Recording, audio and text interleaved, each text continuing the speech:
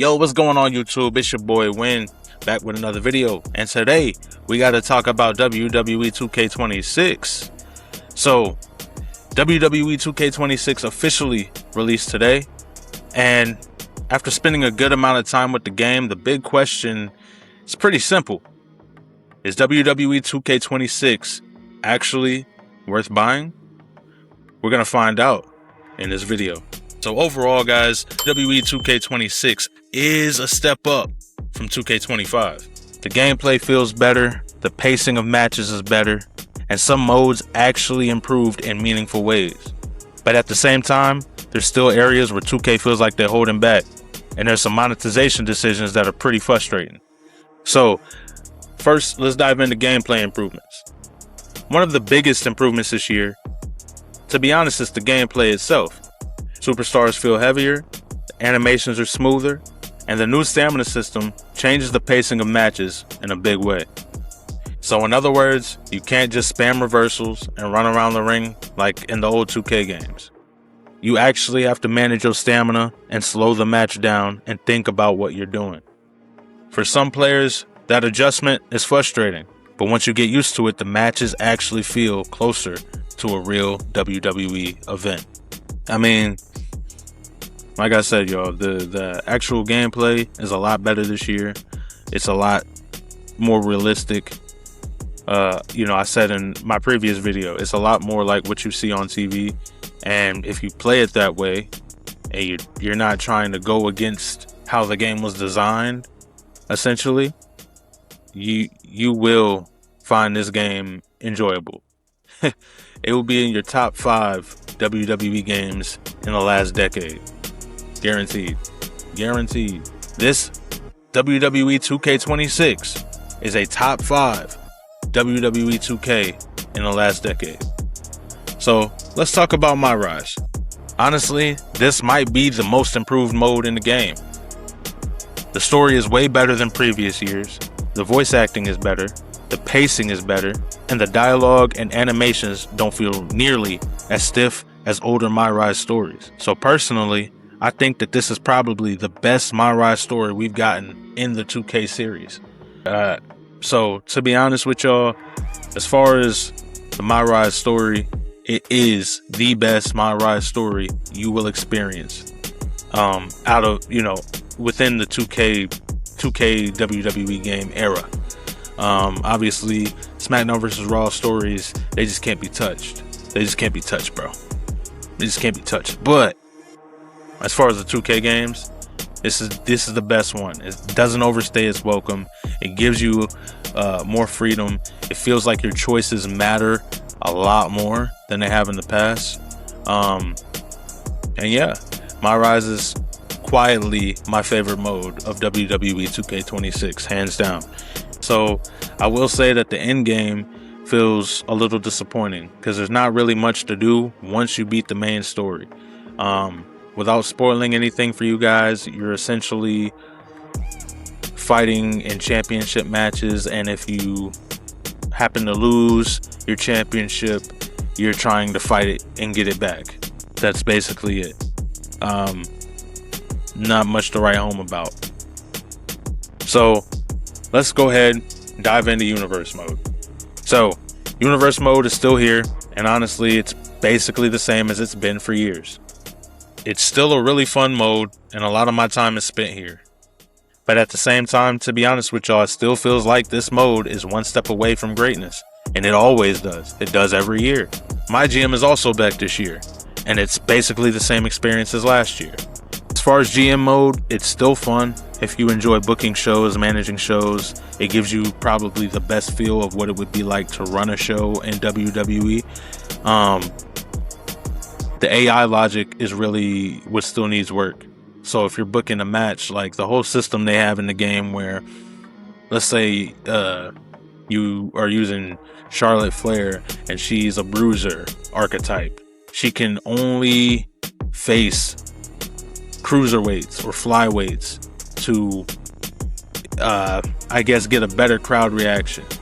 But on paper, you could put her against another bruiser or another heavyweight, and people would be like, Yeah, I want to see that match. So, for instance, I'll give you an example. If Charlotte Flair, would you rather see Charlotte Flair versus Bayley or Charlotte Flair versus Io Sky? Both are pretty good matches, right? But the way the game is set up, if I set up Charlotte versus Bayley, because Bayley doesn't have the corresponding archetype, the crowd won't give it a 4-star rating or a 3-star rating or a 5-star. It's going to be a 2-star or a 1-star and result as disappointing. But because Io Sky's archetype matches up with Charlotte's archetype, it's more likely that their segments and matches and shows that I book will resonate more with the fans. I feel like that system needs to go. It's really restrictive. It doesn't make sense. It doesn't make total sense. Like, to an extent it can, but they're dream matches in some cases in real life. But then in the game, you wouldn't know it was a dream match because the fans say it's a 1-star match. It's like, come on, we got to fix that. That's my biggest critique when it comes to MyGM. It's a solid mode, but it's definitely not one of the biggest upgrades this year. So if that's what you're looking forward to, skip it. Skip it, skip it, skip it. Next, let's go ahead and talk about Showcase and Gauntlet. So the Showcase mode I haven't gotten a chance to fully play through yet, as far as the moment to moment, but I did give Showcase mode a shot. It's a hard mode. It's a hard mode, and they had to make it that way if you're gonna get all the rewards from grinding through Showcase in one go. It has to be hard. It has to be difficult. I understand that. However, I consider myself pretty good at the game. Okay? I'm just going to let you guys know that now. I consider myself pretty decent at WWE 2K. Okay? I'm pretty good at video games in general, but with WWE, see me in the ring.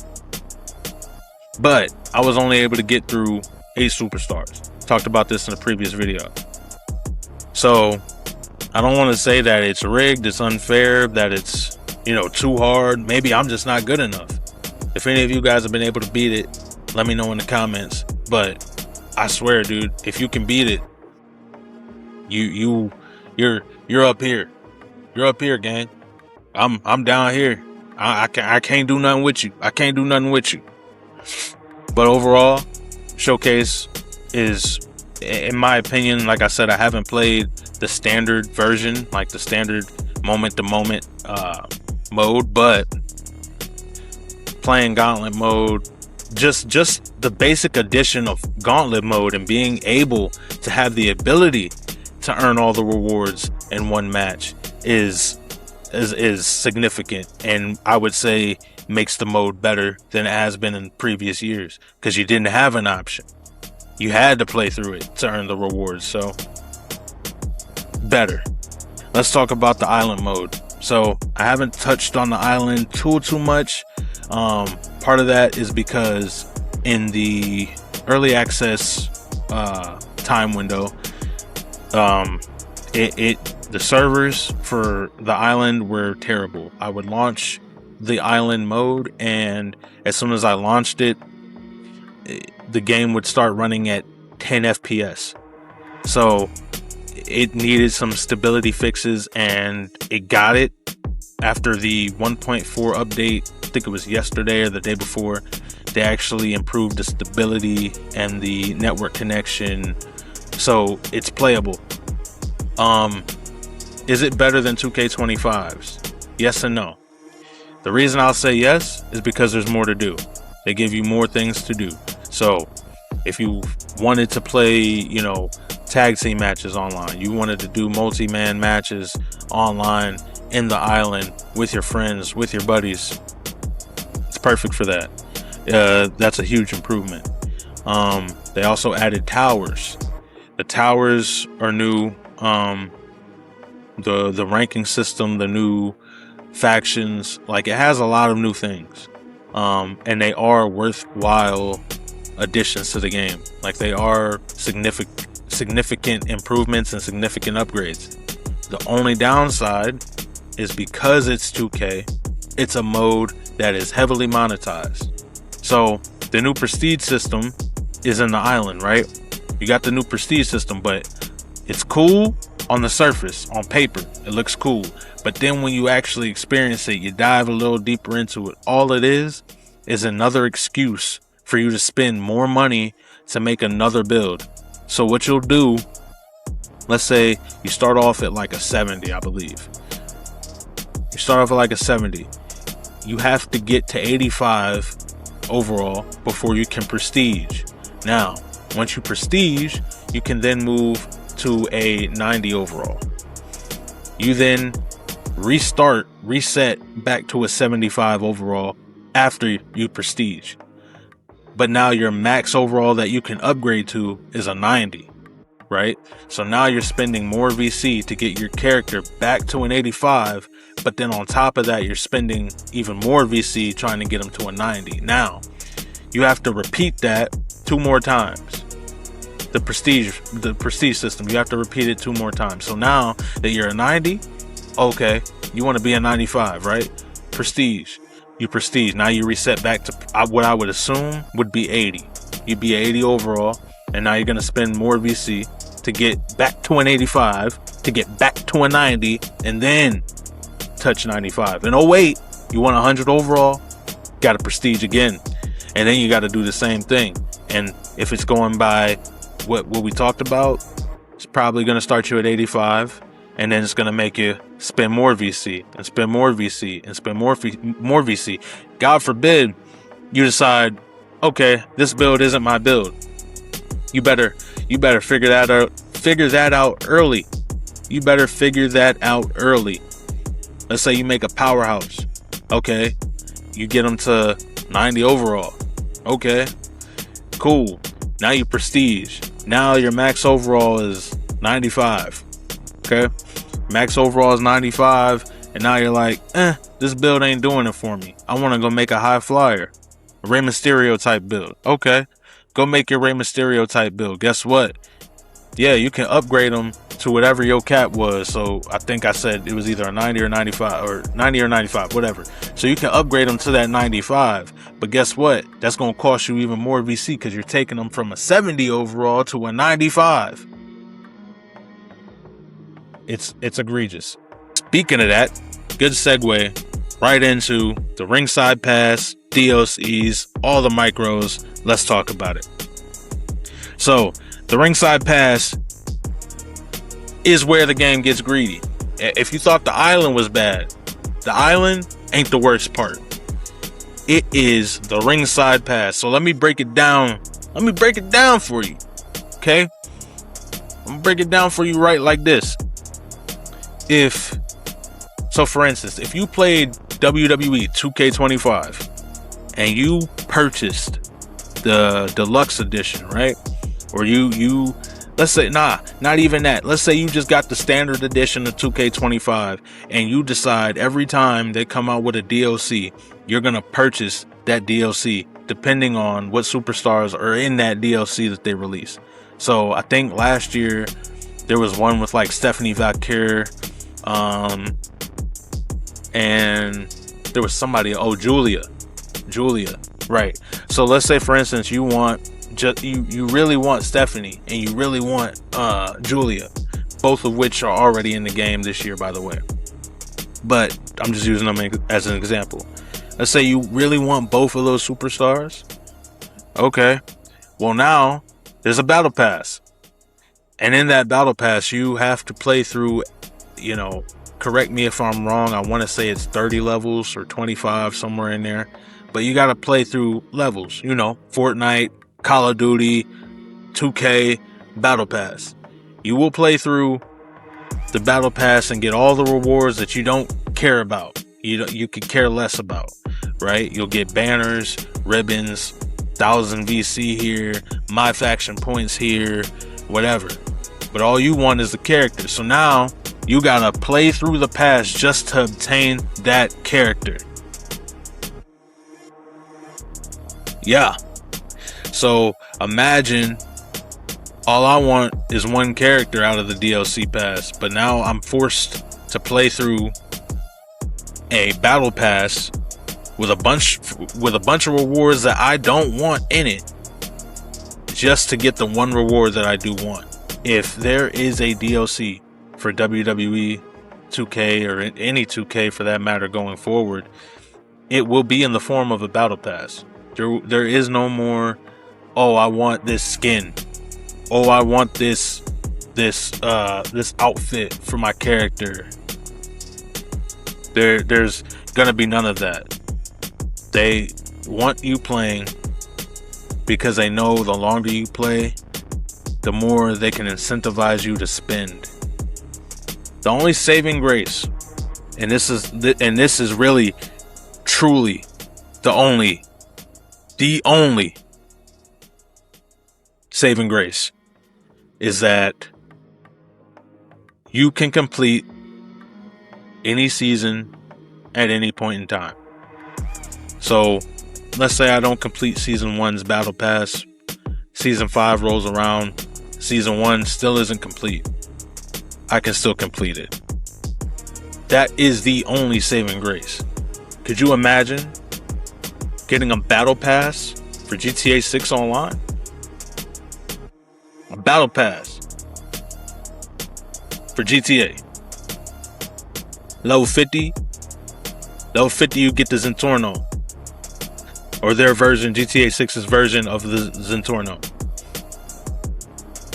Level 25, you get an AK, or you get, like, you know what I'm saying, you get the Oppressor. But you see where I'm going with it. It's coming. It's coming. It's coming. And I'm not advocating for it. I'm not saying that it's a good thing. It sucks for us as consumers, because this is not what gaming is. People who have the OGs, you know what I'm saying, the ones who've been gaming, right? You know, I'm 27. A lot of the YNs out here will call me a unk. But the whole time, it's like, I've been around long enough to remember what the older games in the mid-2000s were like. Even in the 2010s, I can remember what those were like. So when we're getting into 2020, 2025, 2022, everything after Fortnite,